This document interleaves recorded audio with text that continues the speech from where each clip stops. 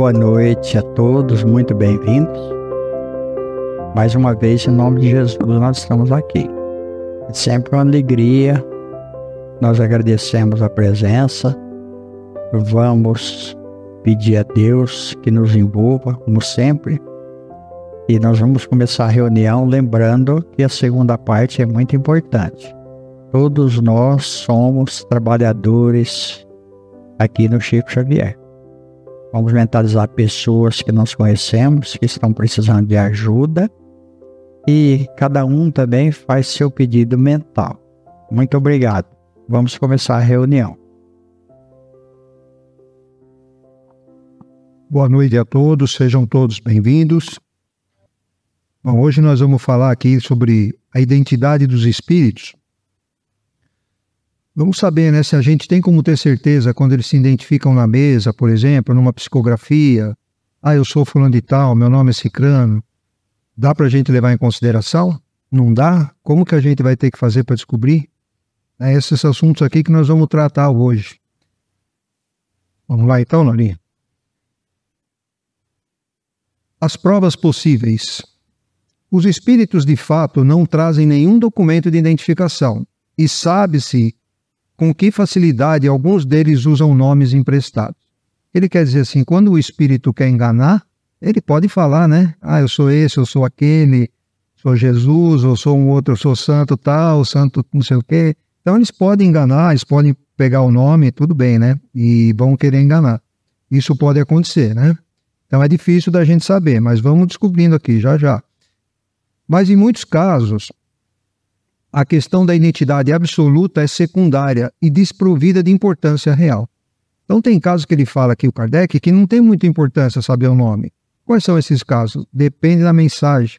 Se for uma mensagem de elevação, uma mensagem elevada, que você vê que é uma coisa assim edificante, você não precisa saber de quem é. O que importa é a mensagem, né? Independente de quem tenha vindo, se é uma mensagem edificante, não tem necessidade de saber de quem é. Vamos lá, se um espírito se apresenta com o nome de Fénelon, dizendo trivialidades, puerilidades, é evidente que não pode ser ele. Quem era o Fénelon? O Fénelon foi um espírito que auxiliou muito na codificação da doutrina espírita, né? Ele era um teólogo católico da França, foi poeta, escritor, assim, ele tinha um nível muito bom. Com 15 anos ele já começou a fazer o primeiro sermão dele, né, na igreja, então ele era uma pessoa assim bem conhecedora, né? Intelectualmente bem avançada. Mas se as coisas que diz são dignas do caráter de Fénelon e não o contradizem, temos uma prova, se não material, pelo menos de grande possibilidade moral que seja ele. É sobretudo nesses casos que a identidade real se torna uma questão secundária. Desde que o espírito só diz boas coisas, pouco importa o nome que esteja usando. É aquilo que eu falei, né? Se a mensagem é boa, o que importa é a mensagem, pouco importa quem está falando. E aqui eu vou contar uma história rapidinha do Divaldo. O ano era 1956. Ele estava muito triste, tristonho, aí se recolheu para orar, aí apareceu uma entidade para ele e perguntou para ele o que ele tinha. Ele começou a contar, né, o problema dele, tudo que ele estava sentindo. Qual é o seu problema principal? O meu problema principal é não saber o nome do meu guia espiritual. Aí o espírito falou assim, eu já lhe disse que não sou teu guia, eu sou um espírito amigo. Né? Aí ela falou assim, bom, mas já que você quer o nome, pode me chamar de Joana. Aí ela viu que ele ficou meio assim, né? Não ficou muito satisfeito com o nome. Aí ela perguntou, né, o que foi? Você não gostou do nome? Algum problema? Não, gostei sim, senhora. É que eu queria um nome mais sonoro, ele falou. Aí ela falou, bom, então chame-me Joana de Ângeles. Aí ele fala assim, mas esse é seu nome mesmo ou é um pseudônimo? Querias um nome, aí tem... Mas assim, não importa quem é Joana de Ângeles. Se a gente for estudar, foi Joana de Cusa, Santa Clara, provavelmente, né? Mas assim, o que ela trouxe de ensinamento? Foi Joana de Cusa? Tá bom, mas ela foi com Joana de Ângeles, ela trouxe tanta coisa importante, né? À medida que os espíritos se purificam e se elevam na hierarquia, as características distintas de sua personalidade desaparecem, de certa maneira, da uniformidade e da perfeição, mas nem por isso deixam eles de conservar a sua individualidade. O nome que tiveram na Terra, numa das 1000 existências corporais transitórias, porque passaram, nada mais significa. O que ele está falando? À medida que a gente vai evoluindo, o pensamento vai se unificando, vai se pensando da mesma forma que um espírito evoluído. Então, algumas características nossas, a gente acaba deixando assim como secundária, né? Mas vamos dizer assim, a equidade de conhecimento fica bem próxima, né? Tanto é que tem uma mensagem na Revista Espírita de 1868, que fala sobre os Messias, né? A vinda de Messias. Ah, vai ser o mesmo Jesus, vai ser ele mesmo que vai vir, né? E daí o Espírito fala lá, né? Que importa que seja ele ou não seja ele. Se aquele que vir vai ter o mesmo nível que ele, é o mesmo conhecimento, as mesmas palavras, os mesmos ensinamentos, porque vai estar em comunhão muito grande com Deus, né? Então essa comunhão que ele vai ter com Deus, sendo Jesus ou um outro espírito do mesmo nível, tanto faz, o ensinamento vai ser o mesmo, né? Mas se ele nada diz no seu ditado espontâneo que desminta a elevação espiritual do nome citado, existe a presunção que seja ele. Se não é ele, deve ser um espírito do mesmo grau ou mesmo um enviado seu. Em resumo, a questão do nome é secundária, podendo-se considerar o nome como simples indício do lugar que o espírito ocupa na escala espírita. Então, aquela história, pode ser um espírito evoluído? Ah, quem é? Eu sou o apóstolo Pedro. Pode ser o Pedro? Pode. Pode não ser? Pode também. Se for um espírito do mesmo nível, na mesma hierarquia que Pedro, ele pode vir com o nome de Pedro, porque ele faz parte da mesma egrégora dele, assim, por exemplo, é um espírito evoluído. Então está no mesmo nível. Às vezes Pedro pode autorizar ele que venha no nome dele falar também, né? Então isso daí independe. Porque a gente vê tanto santo, né? Ah, é Santo Agostinho, é santo tal. Imagina nós, quantos espíritos protetores a gente tem? Nós não temos santo suficiente para ser espírito protetor de todo mundo. Então, assim, existem, em algum lugar aqui, acho que o espírito responde isso para o Kardec, lá no final nós vamos ver. Existem outros espíritos protetores de um nível elevado que a gente não conheceu aqui na Terra. Pode ser até um espírito protetor de um outro planeta, por que não? Pode ser de um outro planeta que está aqui para ajudar a gente, para auxiliar, né? Então, assim, pouco importa, desde que ele tenha o mesmo nível, se é Pedro, se é Paulo, é João, é Cristo, não importa. Vai estar ao mesmo nível. Devemos julgá-lo pela qualidade e não pelo nome. Aí, eu trouxe aqui, pena que eu esqueci o resumo em casa, mas vamos falar aqui rapidinho, ó. No Evangelho segundo o Espiritismo, nós vamos ver no capítulo 5, que o Kardec tem uma mensagem lá, que ele põe a mesma mensagem no livro dos médiuns também, né? Essa mensagem aqui, ó. Só que no livro do Evangelho ele coloca Espírito de Verdade.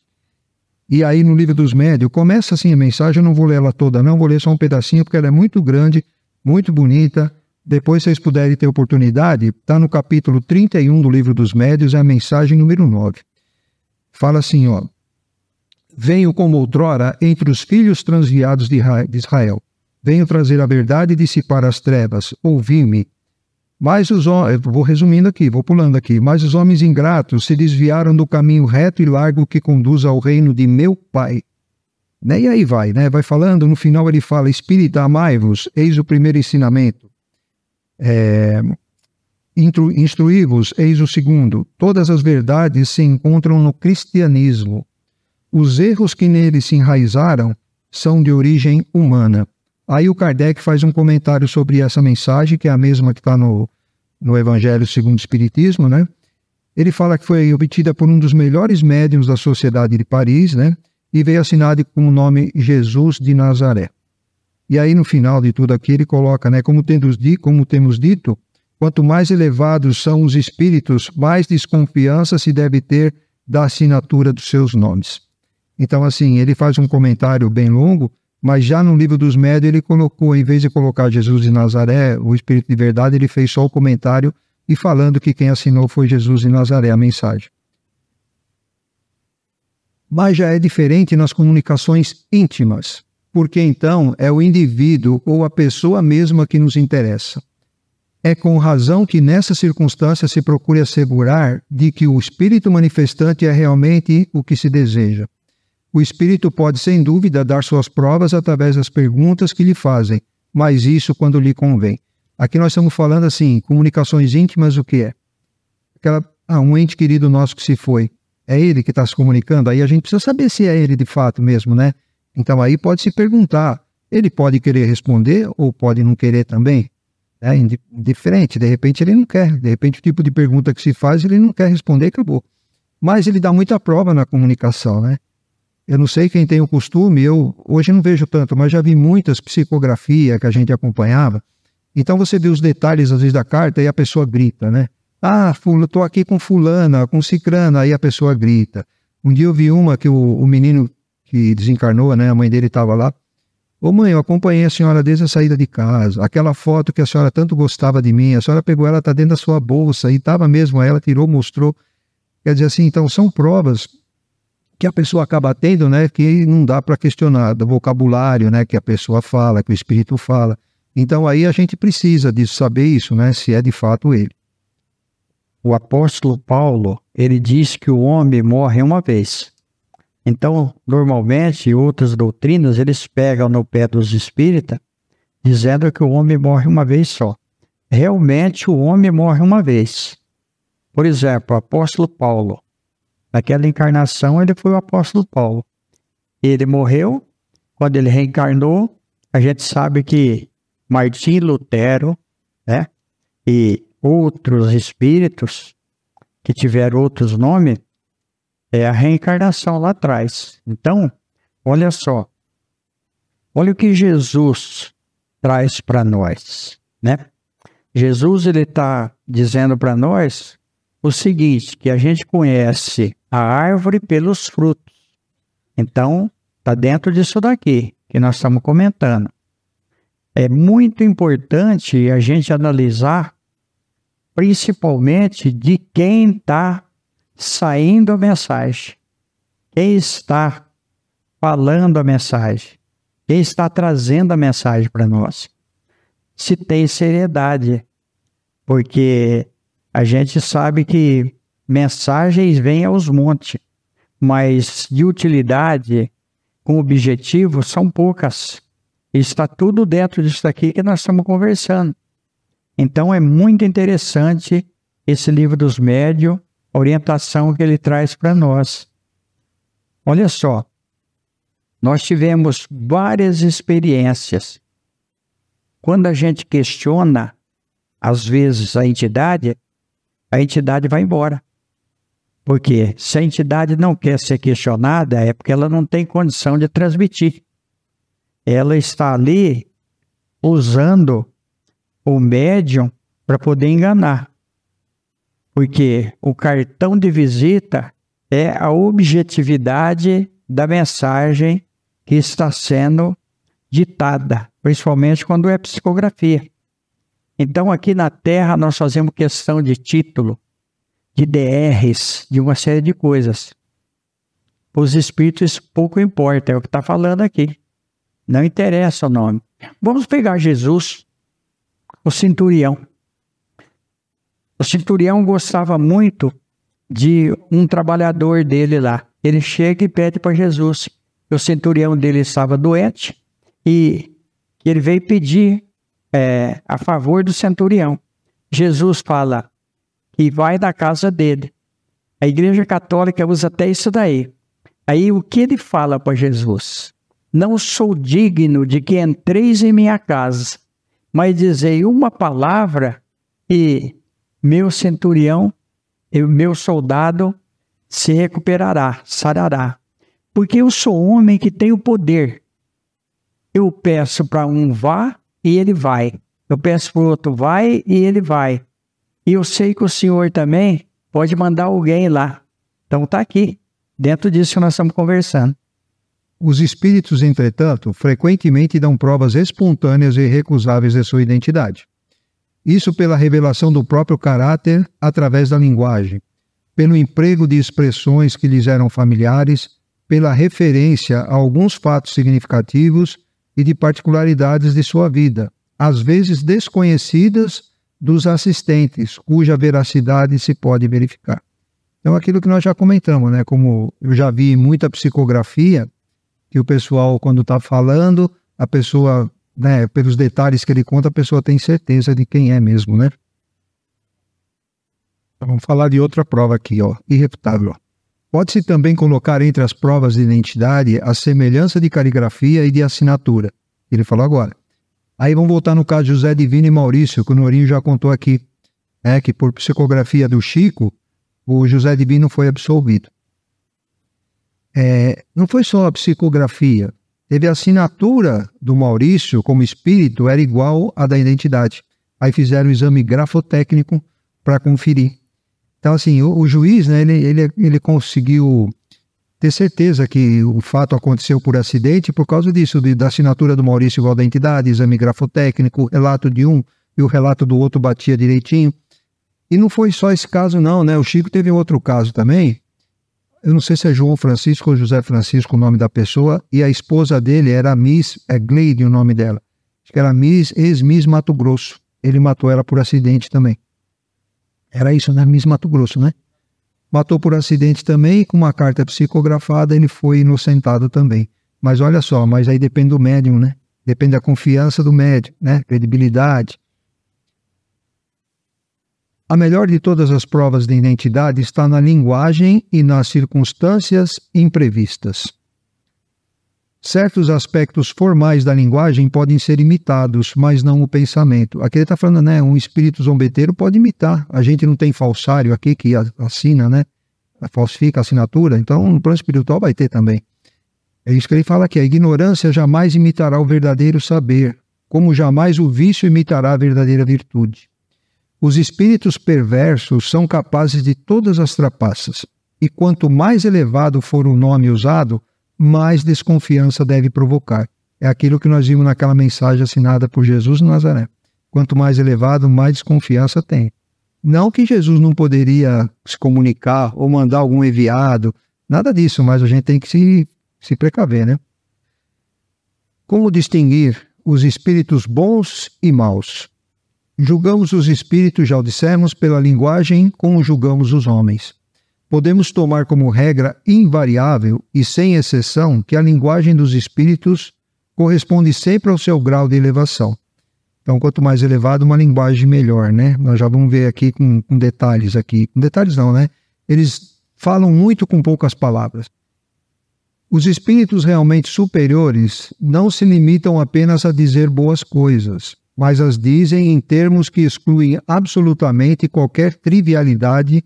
E se forem manchadas por única expressão de baixeza, temos um sinal indubitável de inferioridade. Então, assim, nada do que ele fala, nada do que foi escrito por ele, né, ditado por ele, nada disso vai ter sinal de baixeza, né? Então, as palavras são sempre elevadas, né? A linguagem revela sempre a sua origem, seja pelo pensamento ou pela forma.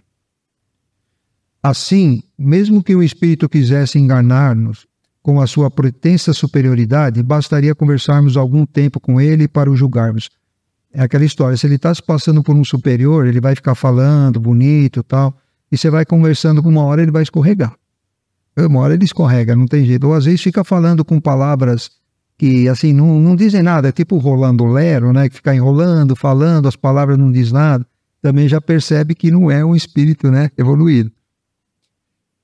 A bondade e a afabilidade são também atributos essenciais dos espíritos depurados. Eles não alimentam ódio nem para com os homens, nem para com os demais espíritos. Lamentam as fraquezas e criticam os erros, mas sempre com moderação, sem amarguras, sem animosidades. A gente sempre vê nos filmes também, a gente vê muitos relatos, né, nos livros do André Luiz também, e às vezes você vai falar, não, mas aquele lá está no umbral, aquele cara é terrível. Não, um irmão nosso que está perdido, está desorientado. Eles nunca vão criticar assim, né, falando mal dele. Eles estão sempre tendo aquela piedade, sabendo da situação dele. Está numa situação que um dia ele vai melhorar, né? Mas eles não criticam assim, né, para rebaixar o outro, né? Se admitirmos que os espíritos verdadeiramente bons só podem querer o bem e dizer boas coisas, concluiremos que tudo o que, na linguagem dos espíritos, denote falta de bondade e amabilidade, não pode provir de um espírito bom. A inteligência está longe de ser um sinal seguro de superioridade, porque a inteligência e a moral nem sempre andam juntas.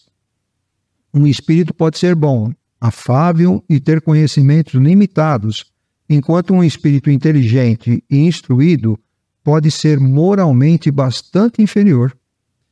Aí nós temos duas espécies de progresso, ó. O progresso intelectual e o progresso moral. Toda vez que a gente reencarna, a gente vem para evoluir de alguma forma. Ora para ser o progresso intelectual, ora para ser o moral, né? Então, cada hora que a gente está aqui, a gente está para desenvolver um lado. E eles não vão estar iguais, não adianta. Ora a gente vai estar com o intelectual melhor, mais elevado, ora vai estar o moral. E a partir do momento que a gente chega a ser um espírito evoluído, tanto o intelectual quanto o moral, ele vai estar equilibrado. Os dois vão estar igual. Um espírito evoluído, ele tem conhecimento de tudo, absolutamente de tudo. Então, ele conhece tudo, intelectualmente conhece tudo, e moralmente também. Então, a hora que estiver equilibrado é porque a gente já está com um espírito evoluído. Podemos resumir os meios de reconhecer a qualidade dos espíritos nos seguintes princípios. A linguagem dos espíritos elevados é sempre idêntica, se não quanto à forma, pelo menos quanto à substância. As ideias são as mesmas, sejam quais forem o tempo e o lugar. Aquilo que eu falei no começo, né? E falaram, mas é Jesus que vai voltar, ele que vai ser o Messias. Vai ser um do mesmo nível que ele, né? A mensagem, a ideia vai ser sempre a mesma. Os espíritos bons só dizem o que sabem, calando-se ou confessando a sua ignorância sobre o que não sabem. Os maus falam de tudo, com segurança, sem se importar com a verdade. Né? Você sempre vai perguntar alguma coisa para o mal, ele vai responder tudo. Sabe tudo, sempre sabe tudo. Né? Não tem a humildade de falar não sei, até porque ele quer enganar também, né? Não vai falar de tudo, já um superior não. Os espíritos bons podem fazer-nos pressentir as coisas futuras, quando este conhecimento for útil, mas jamais precisam as datas. Todo anúncio de acontecimento para uma época certa é indício de mistificação. Os espíritos levianos são ainda reconhecidos pela facilidade com que predizem o futuro e se referem com precisão a fatos materiais que não podemos conhecer. E os espíritos superiores se exprimem de maneira simples, sem prolixidade. Ou seja, sem ficar enrolando muito, né? Sem ter muita conversa. Então eles são bem direto e prático. Seu estilo é conciso, sem excluir a poesia das ideias e das expressões. Claro e inteligível a todos, não exigindo esforço para a compreensão. Eles possuem a arte de dizer muito em poucas palavras, porque cada palavra tem o seu justo emprego. Os espíritos inferiores ou pseudo-sábios escondem sobre fases empoladas, são aquelas que dá a volta e não fala nada, o vazio das ideias. Sua linguagem é sempre pretensiosa, ridícula ou obscura, a pretexto de parecer profunda. Os espíritos bons jamais dão ordens, não querem impor-se, apenas aconselham e, se não forem ouvidos, se retiram. É o respeito que ele tem no nosso livre-arbítrio, né? Sugere, não quer, sinto muito, eles pegam e se retiram, mas a hora que a gente chama, eles aparecem de novo. Os maus são autoritários, dão ordens, querem ser obedecidos e não se afastam facilmente. Os espíritos bons não fazem lisonjas, bajulações, né? Aprovam o bem que se faz, mas sempre de maneira prudente. Aquele negócio do espírito bom ficar lisonjeando, né? Ficar sempre elogiando e tal, pode ser que não seja, né? Para encerrar, os maus exageram nos elogios, excitam o orgulho e a vaidade, embora pregando a humildade, e procuram exaltar a importância pessoal daqueles que desejam conquistar. Vamos para a segunda parte, então, agora. A gente pede que todos fiquem em oração para os irmãos que vão ser atendidos na mesa agora, né, para que eles possam encontrar o caminho deles, que possam ter conforto no seu coração. Então, vamos pedir por eles, né? A gente pode ajudar, ficar em oração por eles. E quando vocês estiverem no passo, também é a mesma coisa, né? Pedir por aqueles que não puderam estar aqui, se vocês conhecerem alguém que está com dificuldade, peça por eles também, tá bom? Vamos mentalizar eles. Obrigado. Então nós vimos aí na leitura que quem fala muito diz pouco, né? Que é meu caso aí, eu sempre lembro do Buda, que o homem sábio, ele fala pouco, come pouco, dorme pouco e pensa muito. O ignorante, ele come muito, dorme muito, fala muito e pensa pouco. Então, essa é a filosofia do Buda. Quando o espírito é bom, nós vimos Jesus na cruz, gente. Olha, quando a sabedoria do espírito superior, ele perdoa, ele entende. O que Jesus disse no momento crucial ali: Pai, perdoa, eles não sabem o que fazem. Olha só. Então, superioridade dos espíritos. Eles são objetivos, são sérios, não perdem tempo, para a gente encerrar, para a gente ir embora. Chico Xavier estava recebendo um grupo de pessoas do Rio de Janeiro. E aí estava numa conversa boa, conversando bastante, de repente aparece o Emmanuel para ele. E mostrou para ele, falou, está na hora da gente escrever. Ele falou, mas eu estou atendendo meus amigos aqui que vieram do Rio de Janeiro. Ele falou, se o senhor tem tempo para perder com conversas, o senhor pode ficar aí porque eu estou indo embora. O Chico Xavier na hora falou, gente, se dão licença, eu preciso psicografar. Emmanuel está me convocando. Então tá aí. Muita gente, a gente perde um tempão, às vezes, conversando coisas que não tem nenhuma utilidade, e a gente perde a oportunidade. Aquele que perseverar, alcançará o resultado, Jesus. Que Deus nos abençoe, que Jesus nos ampare e a gente possa ter um bom feriado. É dia do trabalho, né? Amanhã é dia do trabalho e nós vamos descansar. Tá? Muito obrigado, gente, pela presença. Está encerrada a reunião. Uma boa noite para nós.